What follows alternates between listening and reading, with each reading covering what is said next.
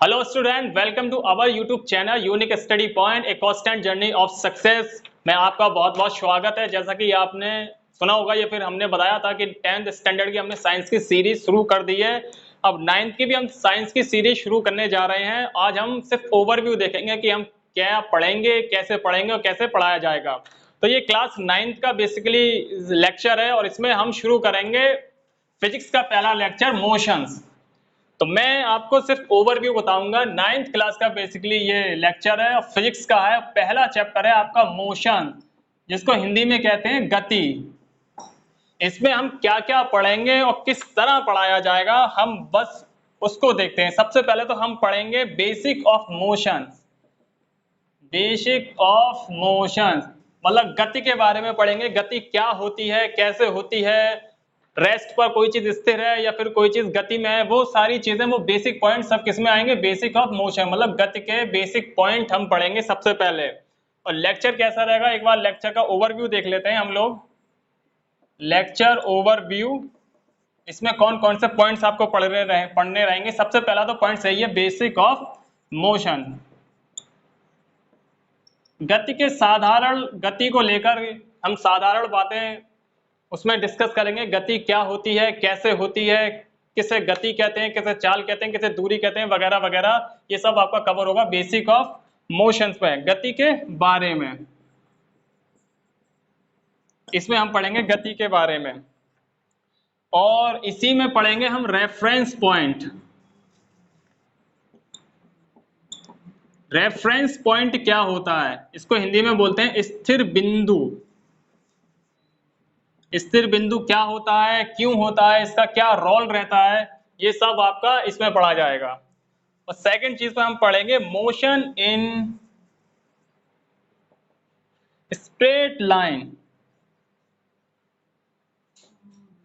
मतलब एक आयामी गति या फिर एक सीधी रेखा में गति। एक सीधी रेखा में गति, जो एक सीधी रेखा में गति होती है वो बेसिकली वन डायमेंशन मोशन होती है, एक आयामी गति। वो हम इसमें पढ़ेंगे, एक आयामी गति के बारे में। उसके बाद हम पढ़ेंगे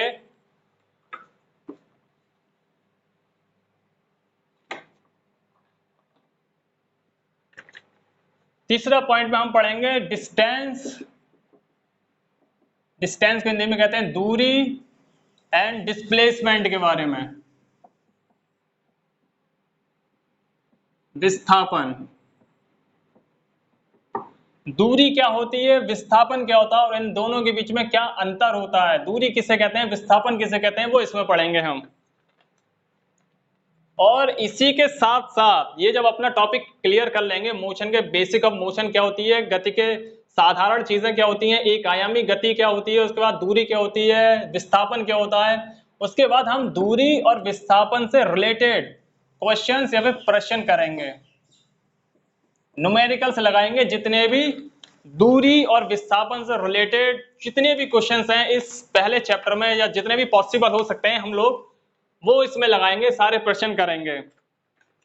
और मैं आपको एक चीज और बता देता हूं, आप जब कल की क्लास हो पहली, उसमें आपको पता होना चाहिए कुछ पॉइंट्स, तो क्लास करने में भी आप सभी को मजा आएगा और मुझे भी पढ़ाते हुए काफी अच्छा लगेगा। जितने भी वन डायमेंशन मोशंस होते हैं, एक आयामी गति जितनी भी होती है, वन डायमेंशन मोशन जिसे हिंदी में बोलते हैं एक आयामी गति, उसमें कुछ चीजों को हम डिनोट करते हैं कुछ सिंबल्स के द्वारा। तो वो चीज आपको पता होनी चाहिए कि किसको हम किस सिंबल से डिनोट करते हैं या फिर रिप्रेजेंट करते हैं। सबसे पहले पोजीशंस, किसी ऑब्जेक्ट की या किसी वस्तु की पोजीशन को, स्थिति को, इसको हिंदी में बोलते हैं स्थिति। स्थिति को हम रिप्रेजेंट करते हैं स्मॉल एक्स से। और दूसरी चीज टाइम, टाइम समय को हम स्मॉल टी से रिप्रेजेंट करते हैं या फिर डिनोट करते हैं। उसके बाद आता है डिस्टेंस। डिस्टेंस दूरी, दूरी को हम कैपिटल डी से डिनोट करते हैं। फिर आता है आपका डिस्प्लेसमेंट। डिस्प्लेसमेंट होता है आपका विस्थापन। और विस्थापन को हम स्मॉल एस से डिनोट करते हैं। उसके बाद आपकी आती है स्पीड। स्पीड को हिंदी में कहते हैं चाल, और चाल को हम कैपिटल एस से डिनोट करते हैं। फिर आती है आपकी वेलोसिटी, और वेलोसिटी होता है वेग, और वेग को हम स्मॉल v से डिनोट करते हैं। और लास्ट में आपका आता है एक्सीलरेशंस। इसको हिंदी में बोलते हैं त्वरण, और इसको स्मॉल a से डिनोट करते हैं।